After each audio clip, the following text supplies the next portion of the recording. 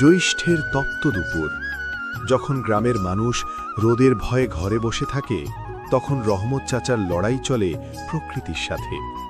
তার শরীরের প্রতিটি ঘাম যেন মাটির তৃষ্ণা মেটায়। কিন্তু এই লড়াই শুধু পেটের ভাতের জন্য নয়, এই লড়াই এক বড় স্বপ্নের।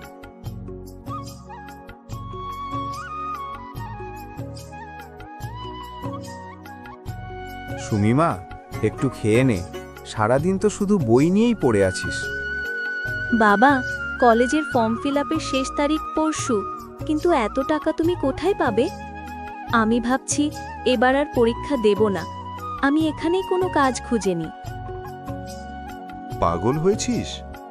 তোর মা মরা মুখটার দিকে তাকিয়ে আমি শপথ করেছি তোকে আমি শহরের বড় কলেজে পড়াবই। তোর বাবার এই হাতের তালুগুলো দেখ মা, এগুলো পাথর ফেটে রাস্তা তৈরি করতে জানে। তুই শুধু পড়াশোনা কর, টাকার চিন্তা আমার ওপর ছেড়ে দে।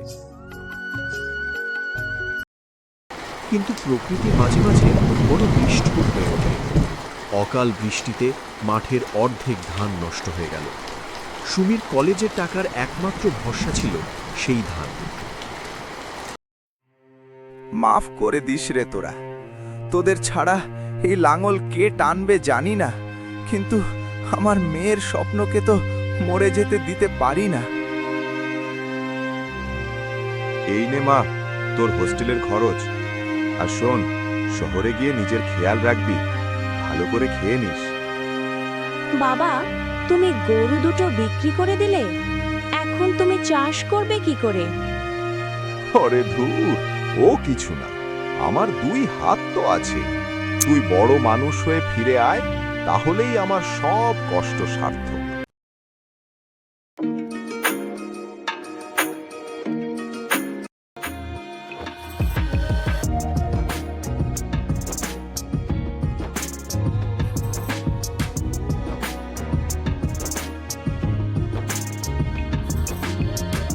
বাবা, সুমি, মা আমার, তুই এই রোদে মাঠে কেন এলি?